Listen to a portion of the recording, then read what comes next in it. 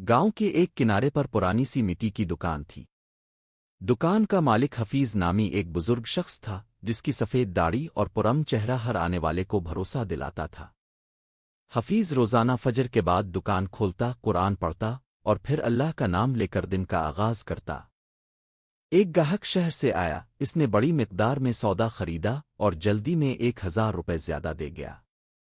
हफीज ने वो रकम अलग रख दी और कई दिन तक इस आदमी का इंतजार करता रहा। 5वें दिन वो गाहक वापस आया तो हफीज ने फौरन कहा, भाई तुम पिछले दिन 1000 रुपये ज्यादा दे गए थे, ये लो तुम्हारे पैसे। आदमी हैरान रह गया, कहने लगा, मैं तो ये बात भूल चुका था, लेकिन अपने याद रखा, वाकई दियानत ऐसी ही होती है। हफीज की ईमानदारी के चर्चे दूर दूर तक होने लगे। इसके पास गाहकों की भीड़ रहने लगी। गांव के बच्चे इसे दादा कहते थे और जब कभी कोई बीमार होता वो दवा अलिफादेयार दे देता। जब हफीज दुनिया से रुखसत हुआ तो गांव के हर फर्द की आंख अश्कबार थी।